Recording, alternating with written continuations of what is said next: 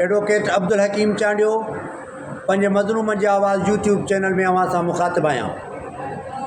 आ ख़ुदा तूं हेठि लही आ, पंहिंजो जोड़ियल ॾेउ ॾिसी वञ, मुंहिंजी हिकिड़ी ॻाल्हि ॿुधी वञ, मूंखां हिकिड़ी ॻाल्हि पुछी वञ। हिकिड़ा माण्हू नंढड़ा माण्हू, हिकिड़ा माण्हू वॾड़ा माण्हू, कहिड़ा माण्हू तुंहिंजा माण्हू, पंजनि ते निशान हणी वञ। आ ख़ुदा तूं हेठि लही आ, पंहिंजो जोड़ियल ॾेउ ॾिसी वञ। अंग उघाड़ी पेरें उघाड़ी, अंग उघाड़ी पेरें उघाड़ी, धारियुनि जे आॾो झोली झली चई, पंहिंजी खे जीअं दान ॾेई वञ। आ ख़ुदा तूं हेठि लही आ, पंहिंजो जोड़ियल ॾेउ ॾिसी वञ। बेरहम रियासत पाकिस्तान जी, जिते मासूम ज़िंदगियूं खसियूं वञनि, उन्हनि सां जारिहाना, बहीमाना, बेरहम सलूक कयो वञे। जहिड़ी तरह पंजाब जी हिकु मासूम स्टूडेंट सां ॾाढ थियो, जबर थियो, ज़्यादती थी।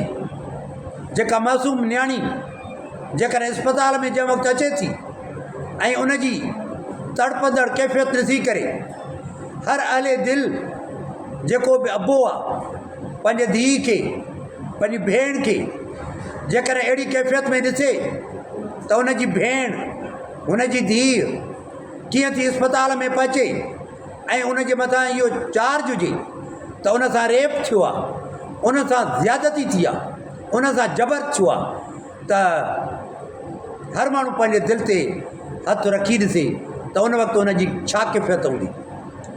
मरियम नवाज़ जी गवर्नमेंट जेका दावा थी करे पंजाब में त हुननि उतां जे माण्हुनि खे तहफ़ुज़ ॾिनो आहे, त पोइ कल्ह तव्हांजी शागिर्दियाणी, मासूम शागिर्दियाणी कीअं थी उते उनजे जलादनि ऐं बेज़मीर माण्हुनि जे हवस जो निशानो बणिजे। उन सां अहिड़ी तव्हां ॾाढाई था करियो, उनजी इज़त खे लुटियो, उनजी असमत खे बेदर्दी सां तव्हां लुटियो ऐं हुनजे मथां अहिड़ी त तव्हां वजद जी कैफ़ियत तारी कई जो अस्पताल में अचे थी त उहा मरण जे भिक ते पची थी वञे। असां सम्झूं था त हिन पाकिस्तान में फ़क़ति 3 औरतूं आहिनि। हिकिड़ी मरियम जेका नवाज़ शरीफ़ जी धीउ आहे ऐं पंजाब जी वज़ीर आला आहे, ॿी बख़्तावर जेका आसिफ़ अली ज़रदारी जी धीउ आहे, टी आसिफ़ा जेका आसिफ़ अली ज़रदारी जी धीउ आहे। छा पाकिस्तान में फ़क़ति इहे 3 औरतूं आहिनि ऐं ॿियूं हितों जूं 15 करोड़ औरतूं, उन्हनि जो केरु मुहाफ़िज़ आहे, उन्हनि जो केरु भरिजलु आहे, उन्हनि जी इज़त ऐं अज़मत, असमत, गैरत, उन्हनि जी तहफ़ुज़ केरु कंदो? जेकॾहिं ज़मीर हुजे हा मरियम नवाज़ में त अहिड़े वाक़े खां पोइ वॾ वज़ारत तां इस्तीफ़ा ॾेई करे हली वञे हा, पर मुजरिमनि खे केफ़रे किरदार ताईं पहुचाइण में बि जेकॾहिं मौजूदा गवर्नमेंट जो रोल न रहे, मुजरिमनि खे सही नमूने सां FIR दाख़िल न थिए, इन्वेस्टिगेशन न थिए, त पोइ इहो सम्झिबो त हीउ पाकिस्तान जबर ऐं ॾाढे जे बुनियादनि ते इस्तवार आहे।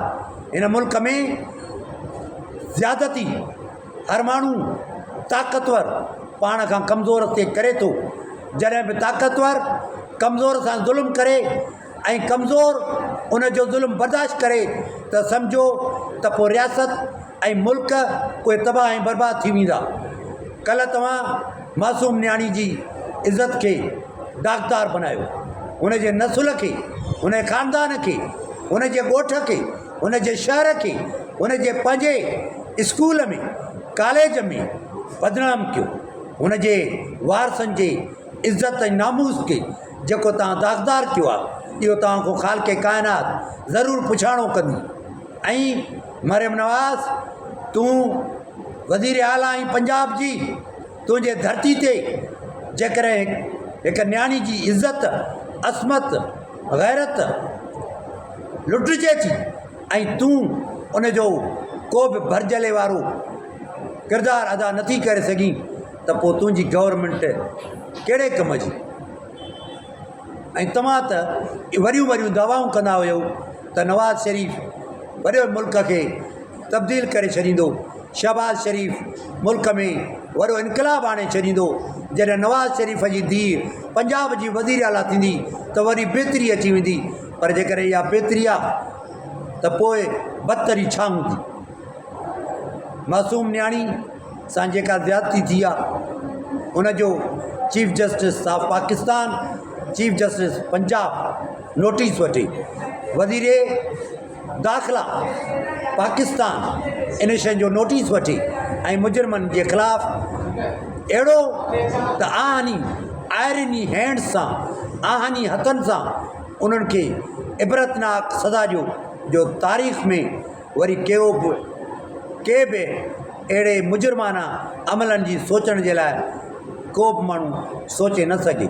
मां पंजाब जे मासूम न्याणी सां जेको ॾाढ थियो आहे, जबर थियो आहे, उन जे ग़म में उन सां ज़्यादती जेका थी आहे उन में सॼी सिंध तव्हां सां शरीक आहे। सॼी सिंध जी तव्हां न्याणी आहियो, असांजी तव्हां न्याणी आहियो। असां तव्हांखे इज़त ऐं वक़ार जी निगाह सां ॾिसूं था। तव्हां सां पंजाब जी गवर्नमेंट जेको जबर थी करे ऐं नाइंसाफ़ी थी करे इन अमल खे असां कंडेम था करियूं।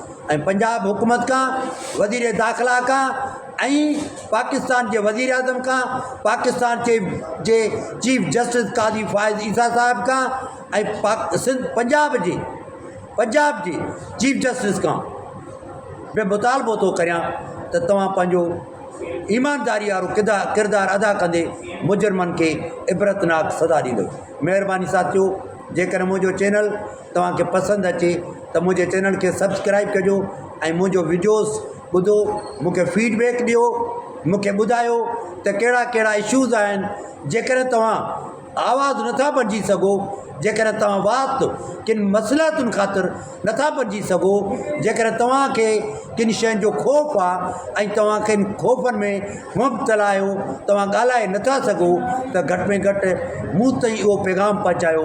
जेको बि माण्हू केरु कंहिंसां ज़्यादती थो करे, कंहिंसां वॾेरे जी ज़्यादती आहे, कंहिंसां पुलिस वारे जी ज़्यादती आहे, कंहिंसां कानून जे पासबाननि जी ज़्यादती आहे, कंहिंसां अदालतुनि जी ज़्यादती आहे, कंहिंसां पाकिस्तान जी इस्टेब्लिशमेंट जी ज़्यादती आहे। जेकॾहिं केर बि तव्हां सां ज़्यादती थो करे, जेकॾहिं को बि माण्हू करप्ट आहे ऐं करप्शन में मुब्तला आहे, मुलविस आहे, जेकॾहिं उन जा तव्हां वटि सबूत आहिनि, मूं ताईं तव्हां पहुचायो।